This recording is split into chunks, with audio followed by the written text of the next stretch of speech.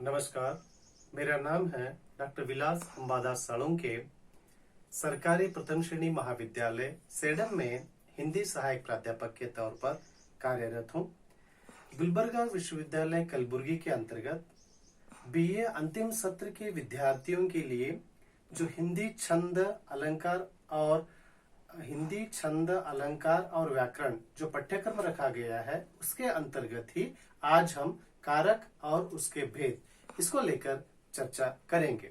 तो सबसे पहले सवाल यह उठता है कि कारक किसे कहते हैं। संज्ञा या सर्वनाम के जिस रूप से उसका संबंध किसी अन्य शब्द के साथ जब प्रकट होता है तो उस रूप को हम कारक कहते हैं।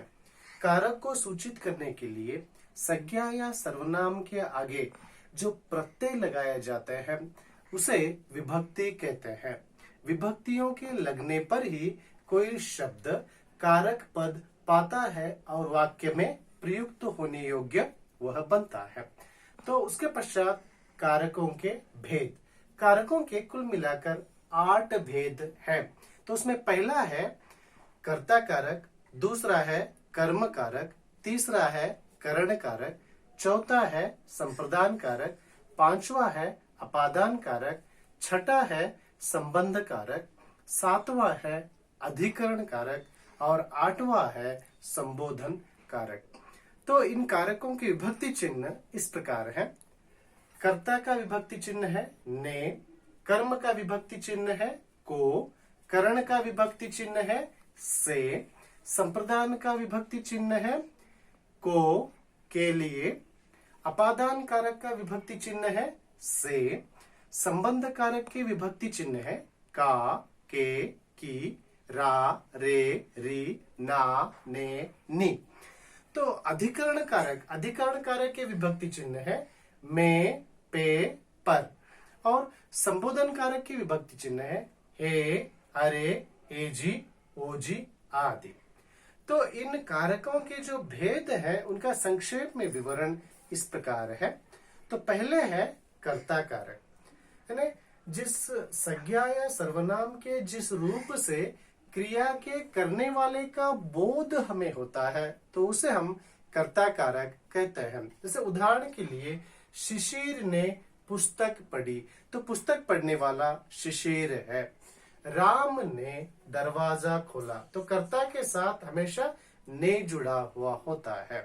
तो ने का प्रयोग कब करना चाहिए इसके भी अपने कुछ नियम हैं। जैसे ने का प्रयोग तभी होता है जब वाक्य सकर्मक होता है और वह भूतकाल में होता है। अगर वाक्य अकर्मक है और वह भूतकाल में न होकर वर्तमान काल या भविष्यत काल में है तो ने का प्रयोग वहां पे कदापि नहीं होता। उसके पश्चात कर्म कारक। तो जिस वस्तु या व्यक्ति पर क्रिया का फल पड़ता है उसे हम कर्म कारक कहते हैं। उदाहरण कर्म कारक का विभक्ति चिन्ह है को। जैसे उदाहरण अगर हम देखेंगे तो उदाहरण के तौर पर अगर हम देखेंगे उस किताब को जरा उठाओ, उठाने की क्रिया का फल किताब पर पड़ रहा है। मैंने राम को बुलाया, यानी बुलाने की क्रिया का फल राम पर पड़ रहा है। उसके पश्चात हम करण कारक देखेंगे। तो करण कारक उसे कहते हैं जिस संज्ञा या सर्वनाम के जिस रूप से क्रिया के साधन का जब बोध होता है उसे हम करण कारक कहते हैं। तो करण कारक का विभक्ति चिन्ह है से।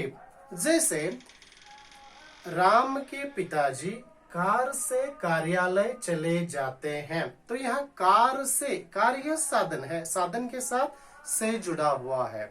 ऐसे दूसरा उदाहरण अगर हम देखेंगे तो विद्यार्थी पेन से लिखते हैं, ये पेन यह साधन है, साधन के साथ जब से जुड़ा होता है तो उसे हम करण कारक कहते हैं।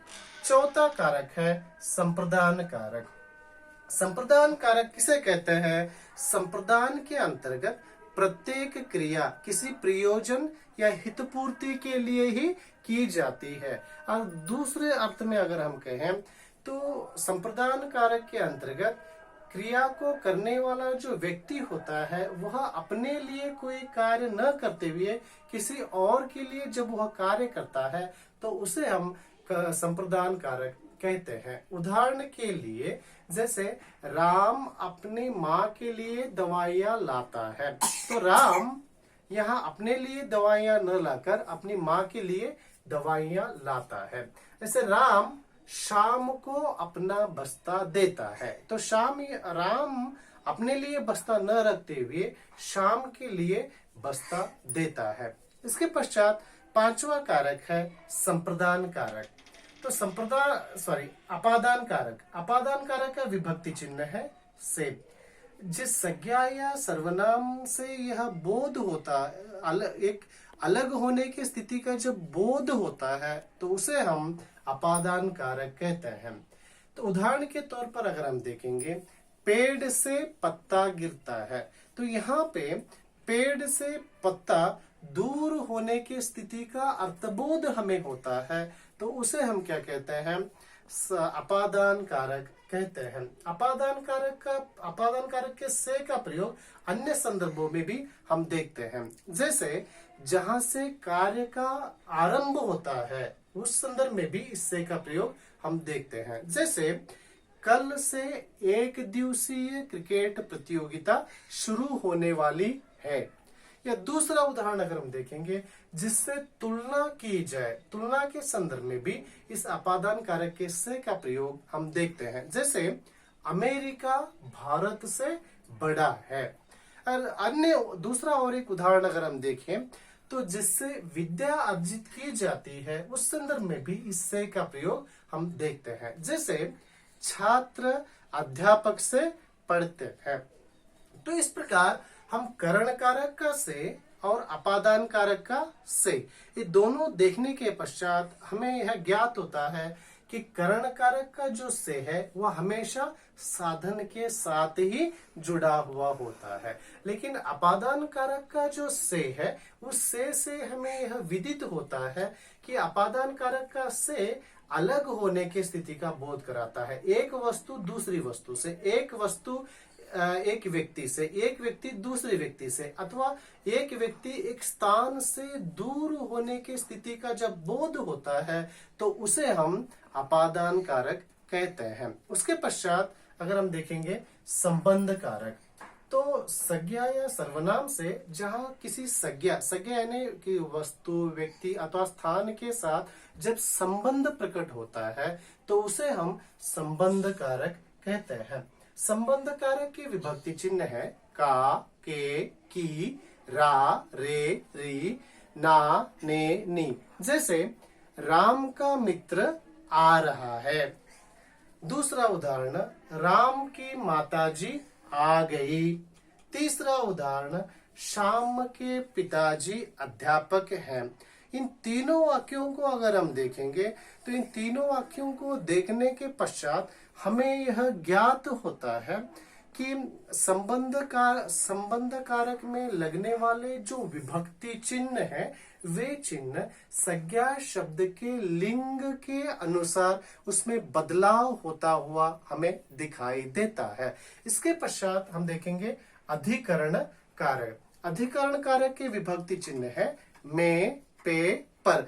जैसे संज्ञा या सर्वनाम के जिस रूप से क्रिया के स्थान, काल, आधार आदि का जब बोध होता है तो उसे अधिकरण कारक कहते हैं। उदाहरण के लिए जैसे परिवार के सब लोग छत पर बैठकर खाना खा रहे हैं। तो अधिकरण कारक के प्रमुखतः तीन भेद होते हैं। तो उसमें पहला है स्थानाधिकरण, दूसरा है कालाधिकरण, तीसरा है भावाधिकरण।